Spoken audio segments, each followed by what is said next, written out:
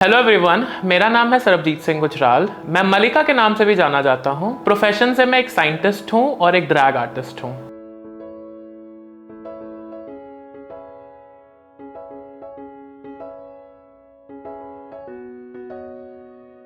तो बचपन में जैसा मैं ग्रो हो रहा था तो मैं एक सिख स्कूल में था। बचपन से ही मुझे शौक था माधुरी के गानों पे डांस करने का। तो उस टाइम पे जो हाव भाव है ना वो बहुत फेमिनिन हो गए थे। उसी टाइम से हर कोई टीचर ना कुछ कहीं ना कहीं टॉन्ट मारती थी। तो आई गेस मैं 3rd या 4th क्लास में होऊंगा जिस टाइम पे एक टीचर जो थी वो बहुत मतलब ऐसे पकड़ के उन्होंने जैसे झंझोड़ दिया था मुझे कि इतना लड़कियों के जैसे क्यों करते हो। तो उस टाइम पे मैं ये सोचता था कि इस पूरी दुनिया में मैं एक ही ऐसा बंदा होऊंगा जिसको अपना सेम सेक्स से अट्रैक्शन हो रहा है। क्योंकि उस टाइम पे जब आप 8वीं 9वीं क्लास में या 7वीं 8वीं क्लास में जब होते हो तो आपको ये दिखता है कि जो लड़के हैं ना वो लड़कियों के बारे में बात कर रहे होते हैं और जो लड़कियां हैं वो लड़कों के बारे में बात कर रही होती है। तो उस टाइम पे जो ऐसा बोलता था ना कि अरे यार जो लड़का, मुझे ये लड़की अच्छी लग रही है, मैंने कहा मुझे तो नहीं अच्छी लग रही, मुझे रहा था कि तुम अच्छे ज़्यादा लग रहे हो।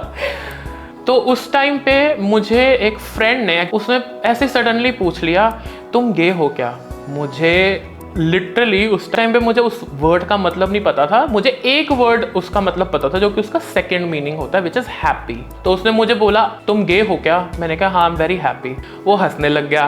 फिर उसने मुझे बताया नहीं नहीं नहीं ये नहीं गे मतलब कि तुम होमोसेक्सुअल हो क्या। अब उस टाइम पे तो मैंने मना कर दिया। मैंने कहा मैं इसको क्या बताऊं क्योंकि उस टाइम पे तुम्हें खुद नहीं पता क्या है। जैसे जैसे हम और एज बढ़ी, यूनिवर्सिटी में गए, तब उसके बारे में और इन्फॉर्मेशन मिली। और आई गेस 3rd ईयर या 4th ईयर के अंदर मतलब मैं जब अपने अंडर ग्रेजुएट में मैंने अपने कंफर्म कर लिया कि हाँ मैं गे हूँ, होमोसेक्सुअल हूँ और मुझे लड़कों में इंटरेस्ट है।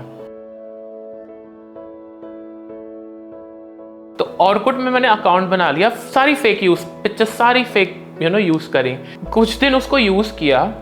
उस टाइम पे मेरा सबसे पहला एनकाउंटर जब हुआ तो लोग जो हाय के साथ में अपनी नोट्स सेंड करते थे, ऐसे ऐसे 5-6 मैसेजेस आए मुझे और मैं घबरा गया। अब मुझे नहीं पता कि साथ में कौन है बट मैंने उसका पूरा अंदर पीछे का भाव देख लिया।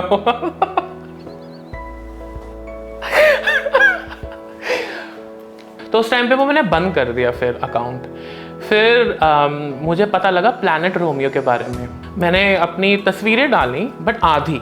फिर अचानक एक दिन मुझे एक बंदे का मैसेज आया। मैं यही कोई 21-22 साल का होगा, वो बंदा होता है 28 साल का। अब बातें शुरू हुई कि आपकी पिक्चर्स बहुत अच्छी लग रही। हालांकि मैंने उसको देखा नहीं था बट हमारी सिर्फ रेगुलर एज अ पेन पैल वाली जैसा सिस्टम होता है ना, जहाँ पे आप किसी को मैसेज लिखो वो आपको मैसेज का रिप्लाई करेंगे और ऐसे ही। और ये बात हमारी चली तकरीबन 6 महीने।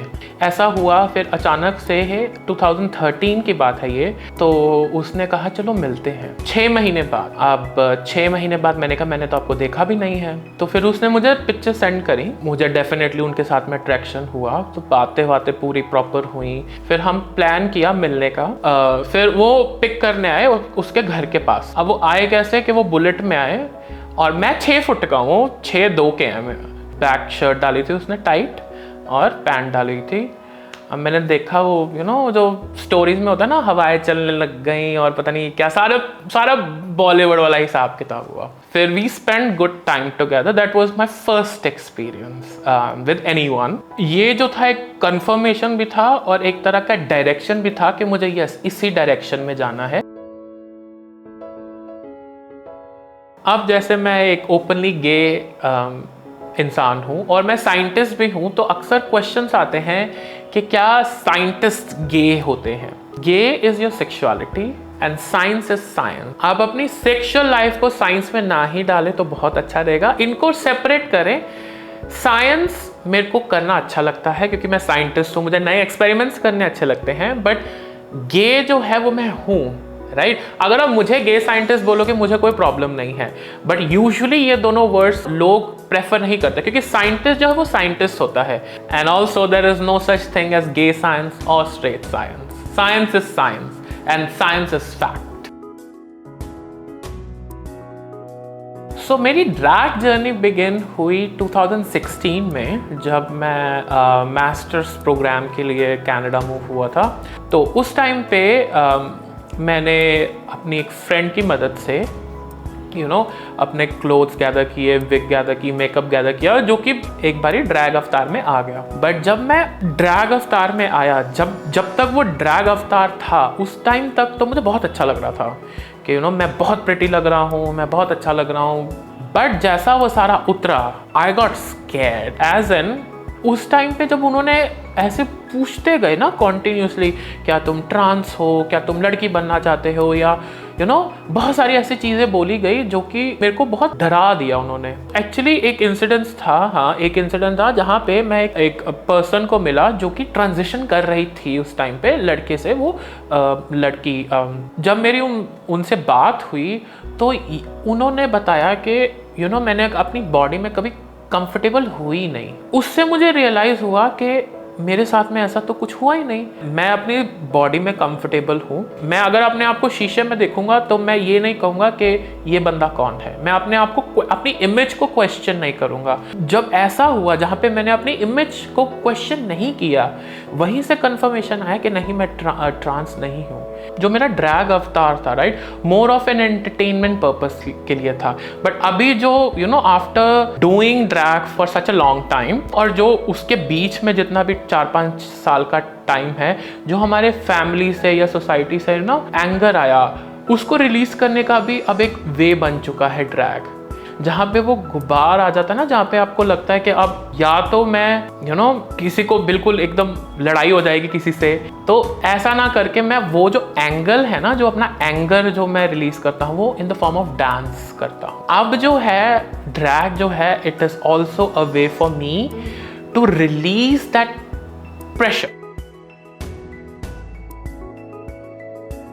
सो टिकटॉक पे जब लीगल हुआ करता था इंडिया में बहुत टाइम पहले, उस टाइम पे मेरी एक वीडियो वायरल हुई थी which got around million views. और उसके अंदर बहुत सिंपल सा ट्रांसफॉर्मेशन वीडियो था, जहाँ पे मैं सैम खड़ा हूँ और फिर क्लिक होता है और मलिका आ जाती है। तो ये वीडियो जो है वो वायरल हुआ।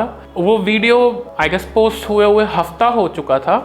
तो मुझे एक दिन अचानक मेरे भाई का कॉल आता है कि तेरी वीडियो हमने देखी। मेरा छोटा भाई, मुझसे 6 साल छोटा है वो। मैंने कहा क्या हुआ? कहता कि ये क्या कर रहा है तू, क्या तू हिजड़ा है, तू छक्का है, तू क्या बनना चाहता है? तो उस टाइम पे मैं कॉस्मेटिक कंपनी में काम करता था। तो मैंने बोला कुछ नहीं है, ये जो कंपनी है जिस कंपनी में मैं काम कर रहा हूँ, उस कंपनी में ये एक प्रोडक्ट की प्रमोशन के लिए मैंने वीडियो बनाई है। हालांकि वो माना नहीं, बट उसने कुछ बोला भी नहीं। फिर मेरे को धमकाने लग गया कि मैं पेरेंट्स को बता दूंगा, मम्मी को बता दूंगा, पापा को बता दूंगा। तो मैं भी घबरा गया। अब मैंने कहा कि मैं क्या बोलूँ, coming out is very personal, right. मैं सोचा था कि मैं अपने पेरेंट्स को बताऊंगा, बट किसी के दबाव में आके नहीं बताऊंगा। जब मेरा टाइम होगा मैं तब बताऊंगा। सो मैंने अपना बर्थडे चूज किया अपने पेरेंट्स को बताने के लिए। तो मैंने अपनी मॉम को फ़ोन किया और मैंने उनको इतना बोला कि आप मेरी एक टीचर हैं, अंजू मैम। मेरी उनसे पहले बात हो चुकी थी कि मैं अपने पेरेंट्स से कम आउट होने वाला हूँ, क्योंकि वो ऑलरेडी जानते थे। तो उन्होंने कहा ठीक है, अपने पेरेंट्स को भेजना। तो मैंने जब अपनी मम्मी से बात करी, मैंने अपनी मम्मी पापा को और मैंने बोला कि आप भाई को भी लेकर जाना, अब अंजू मैम के घर चले जाओ, तो वो आपको सारा समझा देंगे। क्योंकि जब कम आउट होते हो, specially to the Indian parents, तो वहाँ पे आपको कंफर्ट देने की बहुत ज़रूरत होती है। तो उस कंफर्ट के लिए मैं वहाँ पे नहीं था।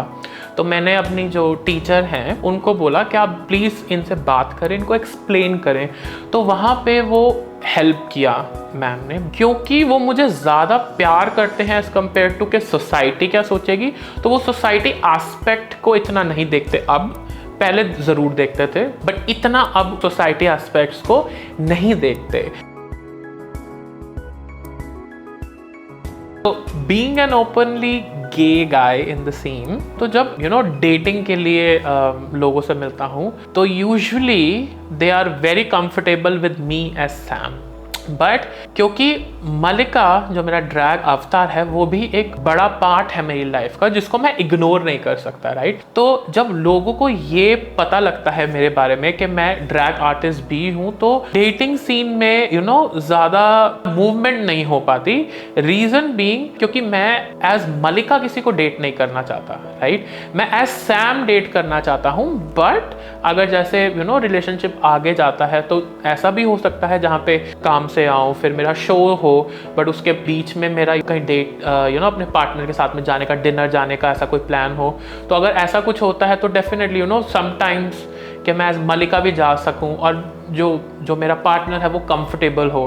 बट वो कंफर्ट लेवल जो कि मैं एज सैम को भी डेट कर रहा हूँ और एज मलिका को भी डेट कर रहा हूँ, तो ऐसे इंडिविजुअल्स मिलना बहुत डिफ़िकल्ट हैं, जिसकी वजह से अभी डेटिंग लाइफ जो है वो थोड़ी सी हॉल्ट पे है, अभी स्टैंड बाय पे है।